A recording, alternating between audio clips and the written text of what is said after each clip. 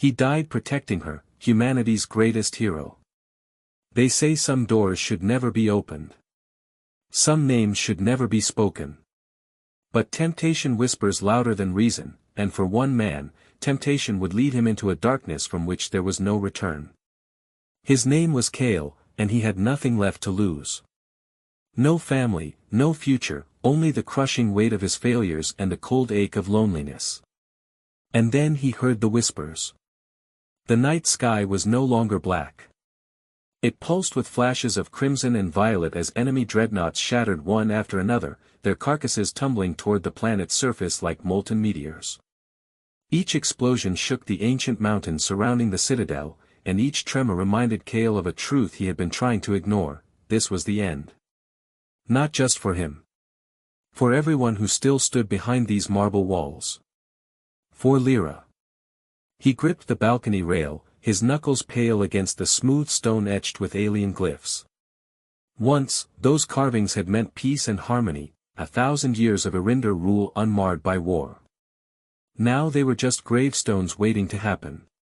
Behind him, the great hall murmured with panicked voices, royal guards reporting losses, advisors begging the princess to evacuate, engineers screaming about shield integrity dropping below 20%. Cale didn't need to listen. He already knew the math. They wouldn't last an hour. His HUD flickered in the corner of his vision, glowing a warning amber. Ammunition, 42 rounds. Armor integrity, 38%. Neurals sink, degrading. Cale exhaled slowly. His breath fogged in the chill air. So this is what the last stand of humanity looks like, he thought bitterly. Not on Earth. Not on some Terran colony. But here, in the gilded halls of an alien empire, he had sworn to protect, a promise he never should have made, and one he'd die to keep.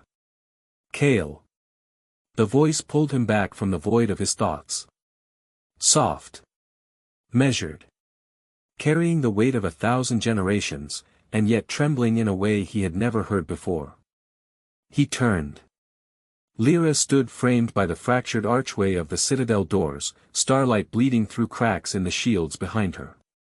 She wore ceremonial armor of white and silver, the sigil of Erinder engraved on her chestplate like a dying sun.